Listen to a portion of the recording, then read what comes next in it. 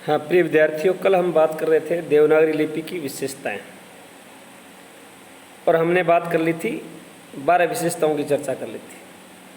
उससे आगे आज देखिए आप 13वीं विशेषता, सुंदर और कलात्मक लेखन। देवनागरी लिपि में सुंदर और कलात्मक लेखन की विशेषता सहज दर्शनीय है, यानी इसका लेखन सुंदर है। इसके जो ध्वनि संकेत या प्रतीक चिन्ह हैं लिपि के, वो सुंदर हैं।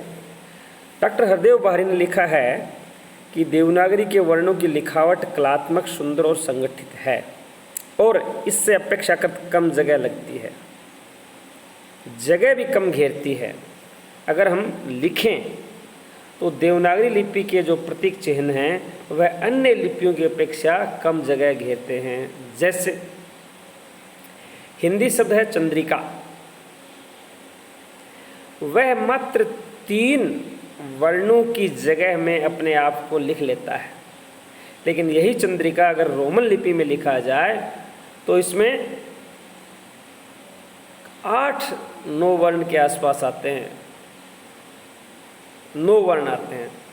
इसी प्रकार से हिंदी में है धर्म, 2 वर्ण मैं के ऊपर रह जाएगा, 2 वर्ण की जगह घेरता है, लेकिन यही अगर रोमन लिपि में अंग्रेजी में लिखा जाए तो DHARMA, धर्मा, ज़्यादा जगह घेरता है। अगली विशेषता है विशिष्ट अभिव्यक्ति। हिंदी साहित्य में कुछ ऐसे रूप हैं जो नागरी लिपि में ही व्यक्त किए जा सकते हैं, दूसरी लिपि में वो लिखे नहीं जा सकते। कुछ ऐसे छंद हैं जिनका वर्णन नागरी लिपि में ही हो सकता है, अन्य लिपियों में तो वो अभिव्यक्त किए ही नहीं जा सकते। जैसे गतागत छंद का उदाहरण देखिए आप। एक छंद है गतागत।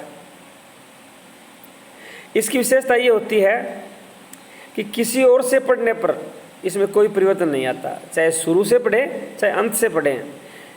यानी अंतिम अक्षर को शुरू करके अगर पढ़ेंगे तो भी वैसा ही आएगा, पहले शब्द को शुरू करके पढ़ेंगे तो भी वैसा ही आएगा। जैसे मासम मोह बन बीन नवीन बजे सम मोम समा मार लतानी बनावती सारी निशाती बनावती ताल रमा। देखिए, ये किसी भी तरफ से पढ़ लो आप। मासम मोह है बन बीन नवीन बजे सम सह मोम समा। अब इसको उल्टा करके पढ़ेंगे तो भी वैसे ही आएगा। तो ये जो है, जैसे मार लतानी और अंत में आ रहा है ताल रमा, तो मार लतानी हो जाएगा। इसी प्रकार ओम, ऊ के ऊपर पंचचंद्र बिंदु लगाते हैं, और श्री, ये जो लिख करके भाव सुंदरी आकर्षण देवनागरी में प्रकट किया जा सकता है, वह ओम अंग्रेजी में या SHRI श्री लिख के रोमन में संभव नहीं है। आप अंग्रेजी में OM ओम लिखें, हमें प्रभावित नहीं करेगा, लेकिन अगर ऊ, बड़ा ऊ लिख के उसके ऊपर चंद्र बिंदु लगा दिया जाए तो वह ओम भावनात्मक रूप से प्रभावित करता है। अगली विशेषता है आशु लेखन में समर्थ। आशु लेखन की दृष्टि से देवनागरी लिपि पूर्ण उपयुक्त एवं सक्षम लिपि है, जिसको शॉर्ट हैंड बोलते हैं ना, शॉर्ट हैंड, वो हिंदी में उसको कहते हैं आशु लिपि। इसके लिए देवनागरी लिपि सबसे सक्षम लिपि है।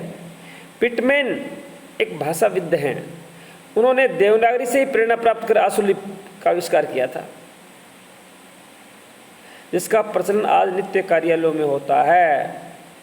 शॉर्ट हैंड का प्रयोग आज किया जाता है। शॉर्ट हैंड का आविष्कार ही देवनागरी लिपि को ध्यान में रख के किया गया था। त्वरा के आधार पर देवनागरी लिपि रोमन उर्दू लिपि से कहीं आगे है। लिखने में तीव्रता या तेजी देवनागरी लिपि में सबसे ज़्यादा है, ये शीघ्रतापूर्वक लिखी जाती है। और अंतिम विशेषता है देवनागरी लिपि की यांत्रिक सौकर्य, अर्थात मुद्रण और टंकण के लिए ये लिपि विशेष लिपि है। आदर्श लिपि जिसे कहा जाता है मुद्रण और टंकण के लिए, ये लिपि वो आदर्श लिपि है। नागरी लिपि में मुद्रण, टंकण इत्यादि के लिए एक ही रूप है, रोमन में कई रूप हैं, कभी आपको कैपिटल लिखना पड़ेगा, कभी आपको स्मॉल लिखना पड़ेगा। और ये दो रूप जो हैं वो मुद्रण में या टाइपिंग में बड़े परेशान करते हैं। कैपिटल लिखिए फिर शॉर्ट लिखिए, फिर कैपिटल लिखिए फिर स्मॉल लिखिए, ये झंझट देवनागरी लिपि में नहीं है। इस प्रकार हमने देखा कि देवनागरी लिपि की प्रमुख विशेषताएं या गुण क्या क्या हैं। इनको आप देवनागरी लिपि की प्रमुख विशेषताएं भी कह सकते हैं और देवनागरी लिपि के प्रमुख गुण भी कह सकते हैं। खैर, अब हम बात करेंगे देवनागरी लिपि के दोष अथवा देवनागरी लिपि की त्रुटियां अथवा देवनागरी लिपि में अवैज्ञानिकता। कुछ भी हो सकता है, तीनों बातें समान हैं। देवनागरी लिपि में अवैज्ञानिकता, देवनागरी लिपि के दोष या देवनागरी लिपि की कमियां या त्रुटियां। ऐसा नहीं है कि देवनागरी लिपि सर्वगुण संपन्न हो, हर एक में कुछ ना कुछ कमी पाई जाती है। तो अब हम बात करेंगे देवनागरी लिपि के दोष या देवनागरी लिपि की अवैज्ञानिकता। हमने ऊपर देखा कि संसार की सभी लिपियों की तुलना में देवनागरी लिपि की सर्वाधिक पूर्ण, आदर्श एवं वैज्ञानिक लिपि है, ये मान लिया गया था। बावजूद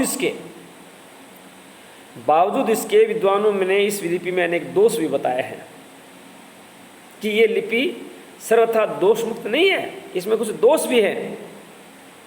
देवनागरी लिपि के जो कतिपय दोष हैं उनको इस प्रकार देखा जा सकता है। सबसे पहला दोष है, देवनागरी लिपि पूर्ण वर्णनात्मक लिपि नहीं है। पूर्ण वर्णनात्मक लिपि अर्थात इसके अक्षरों की बनावट जटिल एवं लिखावट श्रम साध्य है। देवनागरी लिपि के जो अक्षर हैं वो लिखने में बड़े जटिल हैं। आड़े तिरछे, गोल मटोल, खड़ी रेखा, गुंडी, ये सारी की सारी दिक्कतें देवनागरी लिपि में हैं। लिखने में कठिन भी है और श्रम साध्य भी है। सीखना और लिखना दोनों दुष्कर हैं। बच्चा जल्दी से सीख नहीं पाता। जैसे हम बात करेंगे रोमन लिपि की, रोमन लिपि में केवल आड़ी तिरछी रेखाओं से काम लिया जाता है। जैसे ए लिखना है, दो तिरछी रेखाएं खींच दो, एक बीच में खींच दो, ये हो जाएगा। लेकिन देवनागरी लिपि में जो वर्ण हैं उनकी बनावट, आकारगत बनावट टेढ़ी मेढ़ी है। इसलिए प्रारंभिक कक्षाओं में या शुरुआत में कोई अगर इसे सीखना चाहे तो उसके लिए बड़ी समस्या होती है। ये इसका दोष माना जाता है।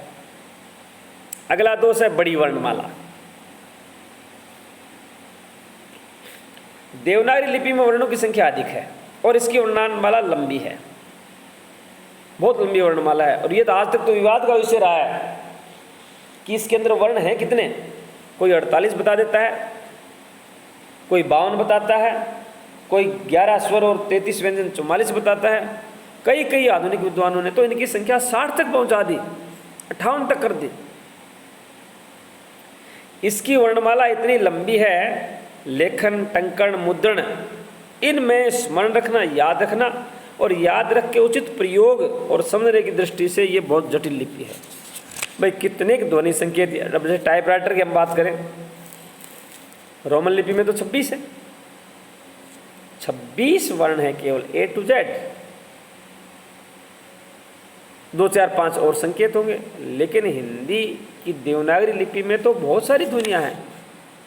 इस मायने में ये एक कठिन और जटिल लिपि मानी जाती है। अगला दोष, वर्ण लेखन में भ्रांति। देवनागरी लिपि की वर्णमाला में कुछ वर्ण ऐसे हैं जो लिखने में और दिखने में समान हैं। जैसे ख तथा र व, इन दोनों में भ्रम रहता है। इसी प्रकार से घ और ध, भ और मैं, इसी प्रकार स के साथ र मिलाया जाए स्र और स्र, ये ध्वनियाँ भ्रम पैदा करती हैं। एक दूसरे दोनों अगर साथ साथ लिखी जाए तो भ्रम पैदा होता है। कई बार ऐसे देखा है, बहुत सारे लोग मेघा को मेधा बोलते हैं, मेधा को मेघा बोलते हैं। ये इस प्रकार का भ्रम जो है, अब ये मेधावी होता है कि मेघावी, ये जटिलता जब है कहाँ, वर्ण के लेखन और बनावट में है। और ये अक्सर कई बार लोगों को ऐसे देखा गया है कि जो शुरुआत में मेघा कहने लग जाता है वो जीवन भर मेघा ही कहता है, और जो मेधा कहने लग जाता है वो मेधावी। इस प्रकार से वर्ण लेखन में भ्रांति है। अगली इसकी न्यूनता या दोष है द्विरूपी वर्णों का प्रयोग। देवनागरी लिपि की एक प्रमुख न्यूनता या कमी है द्विरूपी। यद्यपि द्विरूपी तो अंग्रेजी या रोमन लिपि में भी हैं, ए स्मॉल ए कैपिटल, लेकिन यहाँ द्विरूपी दूसरे तरीके से हैं। झ दो तरीके से लिखा जाता है, ए दो तरीके से लिखा जाता है, भय दो तरीके से लिखा जाता है, ल दो तरीके से लिखा जाता है। द्विरूपी वर्णों के प्रयोग से बच्चों और हिंदी सीखने वाले विशेष रूप से विदेशी जो लोग हैं उनको प्राय भ्रम हो जाता है कि सही कौन सा है। यानी अगर वे जैसे वो मान ले लिखते हैं झ के दो रूप प्रचलित हैं, हालांकि ये दो शब्द दूर कर दिया गया है, लेकिन फिर भी ये भ्रम की स्थिति है। अगली इसकी कमी है शिरोरेखा, चंद्राकार, अनुस्वार संबंधित भ्रम। देवनागरी में शिरोरेखा यानी जिसको ऊपर लाइन खींचते हैं, बिंदी, चंद्राकार यानी चंद्र बिंदु और अनुस्वार, इनके प्रयोग में एक रूपता नहीं है। कहीं किसी जगह लग जाती है, कहीं किसी जगह लग जाती है। अनुनासिक व्यंजन ङ, क, ख, ग, ङ और ये इत्यादि और अनुस्वार चंद्र बिंदु, देखिए यहाँ अंग में तो बराबर में लग रही है और किसी में ऊपर चली जाती है। च वर्ग का जो अंतिम वर्ण है ये उसमें लगती ही नहीं है बिंदी। इसी प्रकार से चंद्र बिंदु और हलंत के प्रयोग में भी भ्रांति रहती है। हालांकि प्रयोजन मूलक हिंदी या नई हिंदी में चंद्र बिंदु को तो हटा ही दिया, लेकिन जैसे हिंदी कौन सा शुद्ध माना जाएगा, ऊपर अनुस्वार लगा हुआ या आधा न वाला, पंजाब पै के अनुरूप अनुस्वार या आधा ये। यद्यपि इस भ्रम को वर्तमान प्रयोजन मूलक हिंदी में या नई हिंदी में दूर कर दिया गया है और प्रयोजन मूलक हिंदी में या हिंदी का जो नया मानक रूप है उसमें चंद्र बिंदु को हटा दिया गया है। अगली विशेषता है लिपि चिन्हों की अनावश्यक संख्या। हिंदी की देवनागरी लिपि में लिपि चिन्हों की अनावश्यक संख्या भी है। जैसे श के 3 रूप हैं। वर्तमान में उच्चारण में स का उच्चारणगत भेद रहा ही नहीं है, लेकिन फिर भी 3 रूप हैं, 3 सीखने पड़ते हैं, इनकी आवश्यकता ही नहीं है। श और रे, पहला स जो है तालव्य से, श और रे का एक मिला जुला तीसरा रूप है श्रेय, श्रीमान में जो आता है, श्री में जो आता है। री, रे के छोटी ई की मात्रा लगाने से री बनती है, लेकिन इसके लिए भी एक दूसरी री है जो स्वरों में गिनी जाती है। इस प्रकार से ये जो स्थितियां हैं ये लिपि में अनावश्यक संख्या बढ़ा देती हैं। किनकी? लिपि चिह्नों की। लिपि चिह्नों की अनावश्यक संख्या बढ़ जाती है और इससे भ्रांति उत्पन्न होती है। आज इतना ही, बाकी बातें कल या अगली क्लास में होंगी। धन्यवाद।